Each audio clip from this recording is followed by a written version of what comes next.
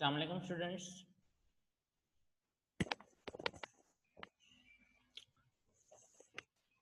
Hopefully आप लोग खैरियत से होंगे।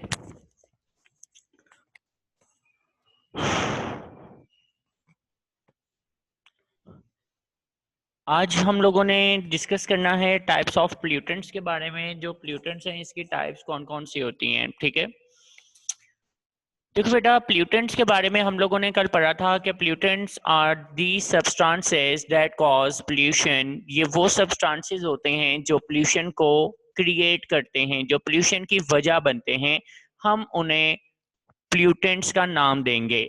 और यहाँ पर हमारे पास दो मेन कैटेगरीज आती हैं, जिनमें से एक है प्राइमरी प्लूटेंट्स। प्राइमरी प्लूटेंट्स हम उन्हें कहते हैं जो बेटा ह्यूमन एक्टिविटीज की वजह से डायरेक्टली नेचर के अंदर प्रोड्यूस होते हैं और हमारे इन्वायरमेंट के अंदर पोल्यूशन को कॉज करते हैं। हम उन्हें प्राइमरी प्लूटेंट्स का नाम देंगे।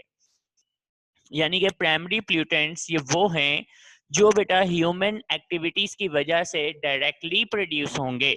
ह्यूमन एक्टिविटीज की वजह से डायरेक्टली प्रोड्यूस होंगे, इसका क्या मतलब है? इसका मतलब सिर्फ इतना सा है बेटे, जैसे कि हम लोग जब फॉसिल फ्यूल्स जलाते हैं तो फॉसिल फ्यूल्स के जलाने पर इसमें डिफरेंट जो है वो बेटा प्रोड्यूस हो जाती हैं गैसेस, जिसमें सल्फर डाइऑक्साइड है, सल्फर ट्राइऑक्साइड है, carbon dioxide, in limited supply of oxygen carbon monoxide gas produce हो जाती है, ऑक्सीजन के ऑक्साइड्स प्रोड्यूस हो जाते हैं।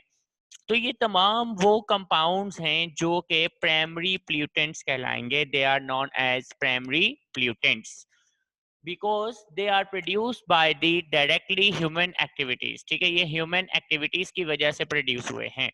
तो इन वजूहात की बिना पर हम इससे प्राइमरी प्लूटेंट्स कह सकते हैं कि ये प्राइमरी प्लूटेंट्स कहलाएंगे। ओके बेटे, जैसे कि फॉर एग्जांपल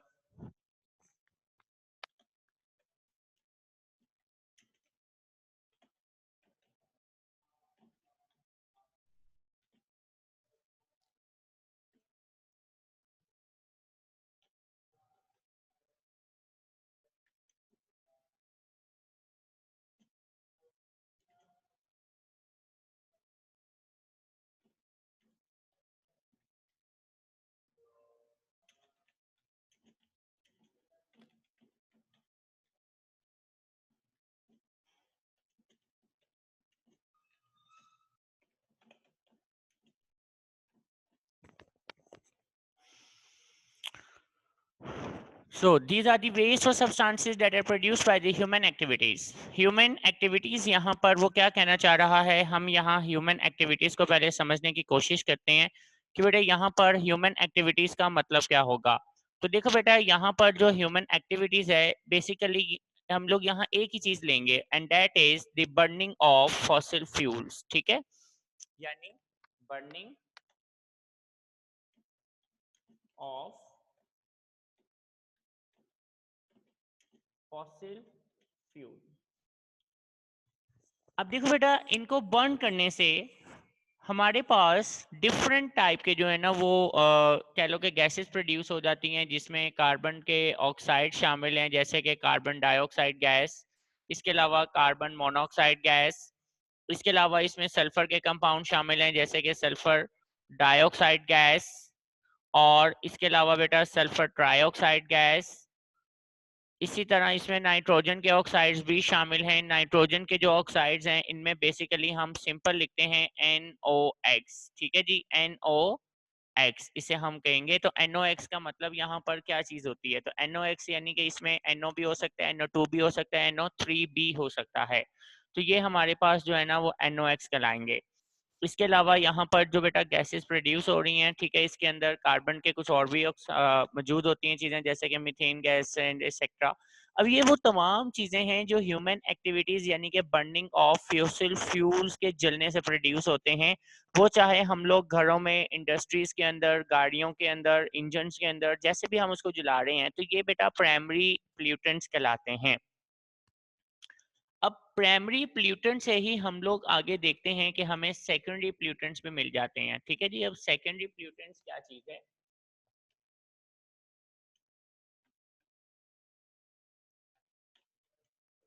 तो बेसिकली यहाँ पर जो सेकेंडरी प्ल्यूटेंट्स है ना, इन सेकेंडरी प्ल्यूटेंट्स के अंदर हमारे पास वो चीजें मौजूद हैं जो कि बेटा प्राइमरी प्ल्यूटेंट्स के रिएक्शन से बनती हैं, ठीक है ना। They are produced by the reaction of primary pollutants, ठीक है। मैं यहाँ पे लिख भी देता हूँ कि ये those pollutants that are produced by the further reaction of primary pollutants, यानी कि ये वो आपके पास प्ल्यूटेंट्स हैं जो कि बेटा प्राइमरी प्ल्यूटेंट्स के फर्दर रिएक्शन से प्रोड्यूस होते हैं।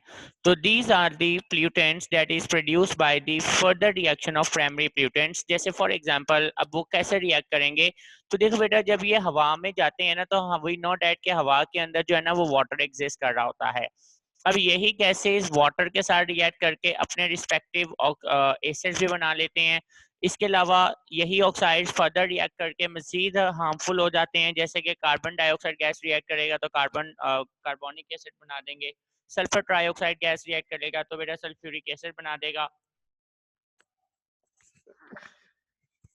इसी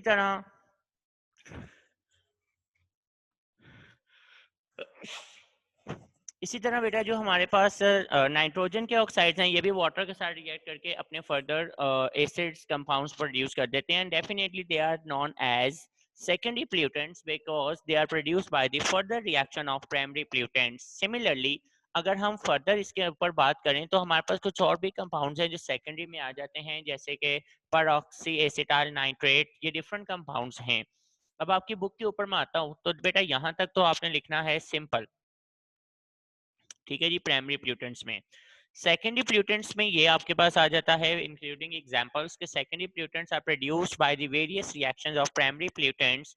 These are the sulfuric acid, carbonic acid, nitric acid, hydrofluoric acid, ozone and peroxyacetyl nitrate. So these are the different compounds that is produced by the further reaction of primary pollutants.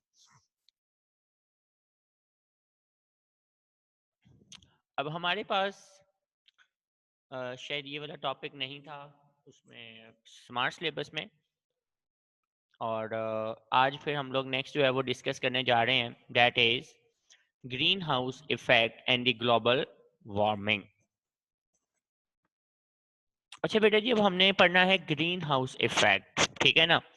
इससे पहले हम लोग थोड़ी सी carbon dioxide gas के ऊपर जो है ना डिस्कशन कर लेते हैं कि कार्बन डाइऑक्साइड गैस जो ग्रीन हाउस इफेक्ट को प्रोड्यूस कर रही है, क्या ये हमारे लिए हार्मफुल है या नहीं है। क्या ये ग्रीन हाउस इफेक्ट को पैदा करती है? जी हाँ, ये ग्रीन हाउस इफेक्ट को पैदा तो कर रही है, इसका मतलब ये हमारे लिए हार्मफुल है। लेकिन बेटा मैंने आपको कल भी एक बात बताई थी कि कोई भी सब्सटेंस जब पोल्यूशन क्रिएट करता है तो उसमें उसकी सेवेरिटी जो है वो तीन चीजों पे डिपेंड कर रही होती है।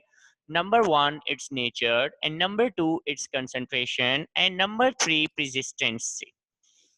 अब देखो बेटे, carbon dioxide gas is not harmful. Why it is not harmful? क्योंकि ये एक लाइफ गैस है, ये हम समझते हैं कि ये एक लाइफ गैस है। क्योंकि अगर ये CO2 गैस नहीं होगी हमारे एटमॉस्फेयर में तो बेटा we can not survive, we are unable to survive, just because के प्लांट सर्वाइव नहीं करेंगे। Plants are very important for our survival, क्योंकि हमें फूड तो वही दे रहे हैं। नंबर 2, हमारे लिए ऑक्सीजन भी वही प्रोड्यूस कर रही हैं, लेकिन प्लांट्स को जिंदा रहने के लिए कार्बन डाइऑक्साइड गैस चाहिए। तो दैट्स रीजन कि बेटा प्लांट्स के लिए CO2 गैस बहुत जरूरी है और उनकी लाइफ के लिए बहुत जरूरी है। तो इस पॉइंट ऑफ व्यू से अगर देखा जाए तो ये हमारे लिए हार्मफुल तो नहीं है। यही सारी बातें उसने आपको इस पैराग्राफ में भी समझाई हैं। और दूसरी तरफ हमने ये भी एक बात को समझा था कि बेटा जो हमारे पास कार्बन डाइऑक्साइड गैस है in the lower layer troposphere, it is responsible to keep maintain the temperature in lower atmosphere. ये आपके लोअर एटमॉस्फेयर लेयर के अंदर टेम्परेचर को मेंटेन भी रखती है, and because of this we are able to survive on this planet. अगर CO2 gas नहीं होगी तो बेटा वो हीट को मेंटेन नहीं रखेगी, ठीक है, उसको वार्म अप नहीं रखेगी, जिसकी वजह से हमारा सर्वाइव करना मुश्किल हो जाता है। सो Carbon dioxide gas is very important in two respects. Number one, it is called a life gas, and number two, it helping us to maintain the temperature of atmosphere. Now, बात शुरू करते हैं हम लोग. देखें बेटे, यही बातें वो सारी वो आपको यहाँ पे समझा रहा है.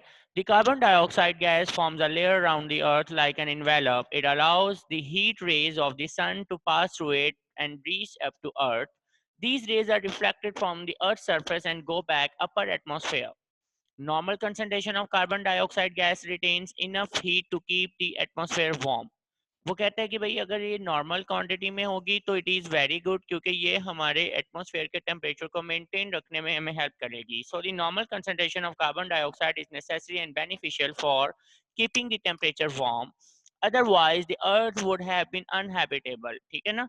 लेकिन अगर ये ऐसा नहीं होगा, अगर ये ज़्यादा हो जाती है कंसंट्रेशन तो भी हार्मफुल है, अगर कम हो जाती है तो भी हम सर्वाइव नहीं कर सकते.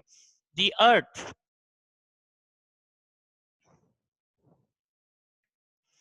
average temperature would be about minus 20 degrees Celsius rather than presently average temperature 15 degrees Celsius.